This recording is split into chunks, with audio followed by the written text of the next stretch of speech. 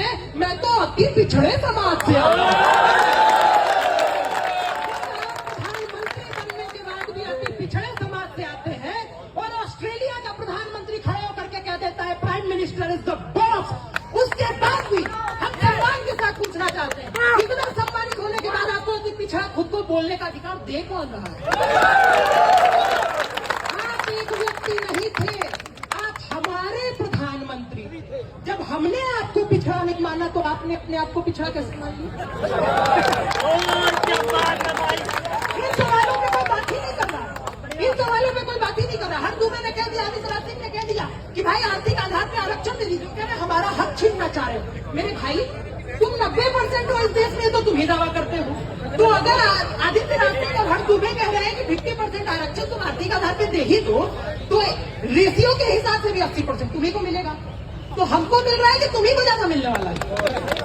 अभी तो IST मेधावी के परिवार वाले पूरा लेके चले जा रहे हो, वो तुमको सही लगता है। इस सवालों पे कोई बात ही नहीं करना चाहता, लेकिन अभी मैं इतना बोल रहा हूं उसके बाद कहा जाएगा कि जातिवादी शोषक है, UGC का कानून कहता है।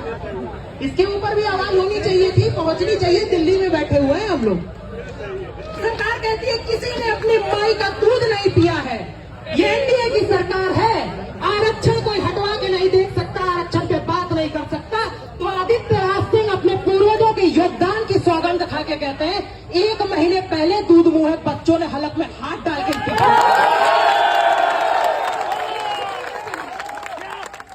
प्रधानमंत्री जी, आप इस देश के सबसे बेहतरीन प्रधानमंत्रियों में से एक हो सकते हैं, इस बात में कोई सवाल नहीं है।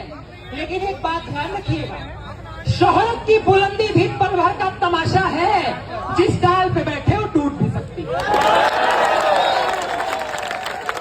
ध्यान रहे, एक छोटी सी मांग को लेकर के हम लोग यहाँ आए। हमारा देश है, आप कह रहे हैं 5000 साल तक तुम ही राजा हुआ करते थे। आपने कहा देश महत्वपूर्ण है, हमने कहा 550 रियासतें ले लो, लेकिन देश नहीं टूटना चाहिए। हमने कहा मेरे भाई, एक सीट जो तुमको आरक्षण में लोकसभा में मिल जाती है, वो छोड़ के किसी गरीब दलित को दे दो, तुम कैसे नहीं बोलोगे? ये कौन सा लोकतंत्र है? ये कौन सा मजाक आप लोगों ने इस देश की व्यवस्था